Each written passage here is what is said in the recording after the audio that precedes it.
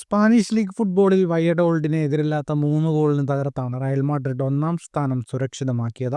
Kylian എംബാപ്പയുടെ hat trick ആയിരുന്നു മത്സരത്തിന്റെ highlight. റയലിനെ തകർപ്പൻ ജയത്തിലേക്ക് നയിച്ചതിനൊപ്പം ക്രിസ്ത്യാനോ റൊണാൾഡോയ്ക്കൊപ്പം എലൈറ്റ് ക്ലബ്ബിൽ ഇടം പിടിക്കാനും എംബാപ്പയ്ക്ക് കഴിഞ്ഞു. ലാലിഗ ചരിത്രത്തിൽ 3-0 എന്ന സ്കോറിൽ റയൽ ജയം നേടിയപ്പോൾ എംബാപ്പയ്ക്ക് മുൻപ് ഹാട്രിക് നേടിയവർ 5 പേരാണ്. ഈ നേട്ടത്തിലേക്ക് എത്തുന്ന 6ാമത്തെ റയൽ മാഡ്രിഡ് താരമായി എംബാപ്പെ മാറി. 1959 Puskás, 1978 സ്റ്റെലൈക്ക്, 2014 2016 Cristiano Ronaldo, 2019 Karim Benzema എന്നിവരാണ് എംബാപ്പയ്ക്ക് മുൻപ് ഈ നേട്ടം സ്വന്തമാക്കിയവർ. ഹാട്രിക് നേടിയത് എന്നെ സന്തോഷിപ്പിക്കുന്നു.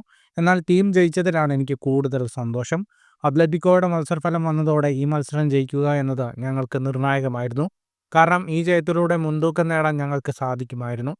ടീമുമായി ഞാൻ ഇണങ്ങിക്കഴിഞ്ഞു. ഫീൽഡിൽ എന്നെ മറ്റു പ്രശ്നങ്ങൾ അലട്ടുന്നില്ല. സഹതാരങ്ങൾക്കൊപ്പം ഞാൻ കളിക്കുന്നത് കണ്ടാൽ നിങ്ങൾക്കത് മനസ്സിലാവും.